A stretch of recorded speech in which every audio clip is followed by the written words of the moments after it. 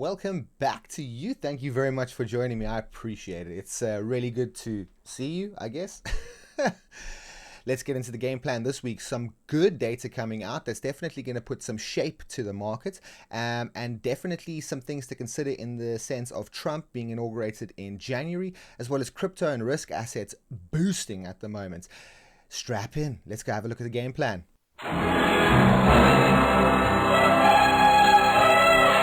I love gold so much that I even lost my genitalia in an unfortunate smelting accident.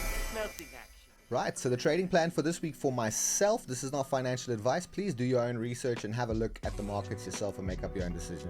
You're big enough. Tuesday, what we got going on? UK unemployment. I don't trade the FTSE. If you do, not much to talk about there. From my perspective, good luck to that. Wednesday, however, we got the CPI inflation coming through. So there's a strong sell signal for me on gold if the CPI exceeds 0.3 month on month or 3.3 year on year. A strong sell on US indices as well. If things start to come in more hotter than they have for a while in terms of inflation, the Fed's definitely going to have to take this into account and potentially start to either hold interest rates for longer or raise them. That's going to be interesting. Market impact, expect immediate downside pressure on gold and US equities. Thursday, what we got going on, we got the PPI, so the producer price index. If PPI exceeds 0.2, signaling inflationary pressures at production level, likely increasing rate hike expectations. Likewise, there's a sell on US indices if it reinforces the Fed hawkishness, which could weigh on equity markets. A higher PPI would likely lead to USD strength, everything else dumping. On the same day, we've got Jerome Powell, Jay Powell, doing his very good Fed speech. If he points to any hawkishness, definitely going to be a strong sell for me on both the US gold and US equities. So if a hawkish speak is expected to strengthen USD, which would weigh on both gold and on US indices. That's Thursday.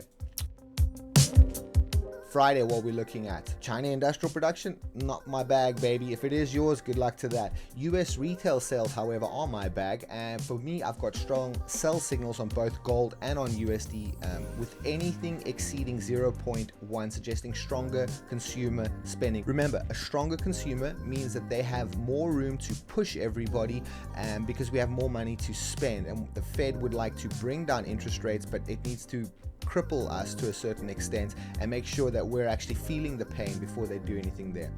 What a bunch of nice guys, huh? Nice guys.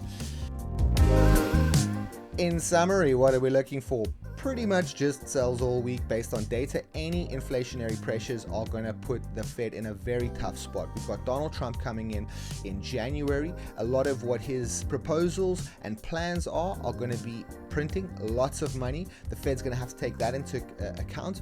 We've got risk on assets boosting at the moment. We've got all of our crypto assets boosting at the moment.